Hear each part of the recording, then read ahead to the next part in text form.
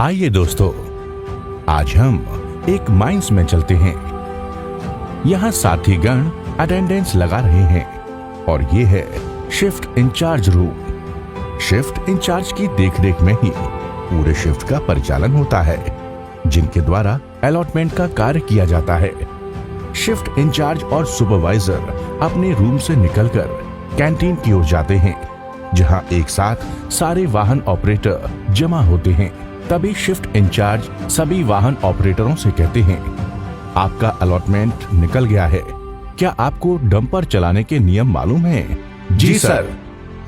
कोई भी व्यक्ति खदान के अंदर डंपर नहीं चलाएगा जब तक कि उसे खान प्रबंधन द्वारा अधिकृत नहीं किया जाता है।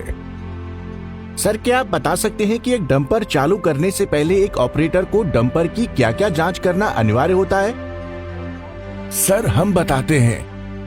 हम सबसे पहले डंपर के चारों ओर घूमकर देखेंगे कि पायदान, सीढ़ी, रेलिंग सभी ठीक हैं। फिर रेडिएटर, इंजन, हाइड्रोलिक से कोई लीकेज तो नहीं है और डंपर के टायर की स्थिति ठीक है। सस्पेंशन देखेंगे कि वो बैठे तो नहीं है। फिर डंपर में चढ़कर सभी सेफ्टी के उपकरण जैसे headlight, horn, backlight, panel light, real vision camera, audio visual alarm, OITDS panel, proximity sensor, seat belt एवं AFDSS काम कर रहे हैं या नहीं। बहुत अच्छे, आप एक बहुत अच्छे ऑपरेटर हैं और सभी को आपने बहुत अच्छे तरीके से जानकारी दी। ये एक एक्सपीरियंस्ड ऑपरेटर की निशानी है। सर, हमें गति सीमा की जानकारी एक बार पुनः दीजिए। अच्छा, हमारे खदान में अधिकतम गति सीमा 30 किलोमीटर प्रति घंटा है, परंतु डंपयार्ड जाने वाले रास्ते पर अधिकतम गति सीमा 15 किलोमीटर प्रति घंटा से अधिक नहीं होगी और डंप पॉइंट एवं पार्किंग स्थल पर अधिकतम गति सीमा 5 किलोमीटर प्रति घंटा से अधिक नहीं होगी।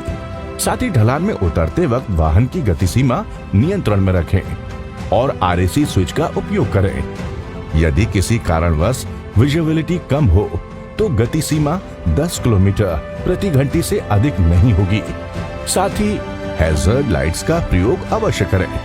धन्यवाद सर, आपने अच्छी जानकारी दी हमें। आइए, अब मैं आपको रास्ते का अधिकार, राइट ऑफ वे नियम के बारे में बताता हूँ।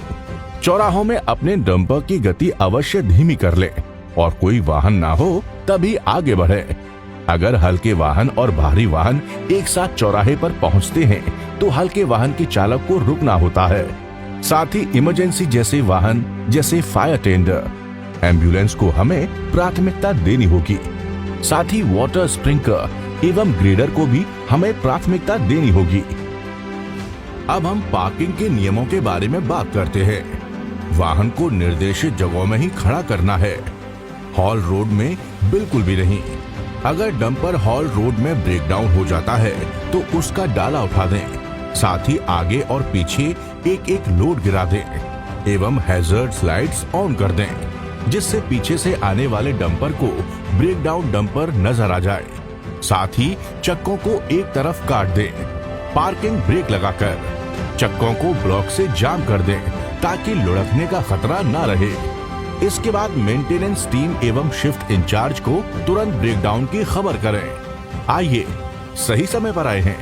आप डंपिंग में ड्यूटी करते हो, इन साथियों को डंपिंग में लेने वाली सावधानियों के बारे में बताइए। जी सर, सबसे पहले डंप में प्रवेश करते समय ये जरूर देखें कि बम बनी हुई है, कहीं डंपिंग फटी तो नहीं है, अंडरकट तो नहीं है, ओवरहेड लाइन, बिजली के खंभे तो नहीं है।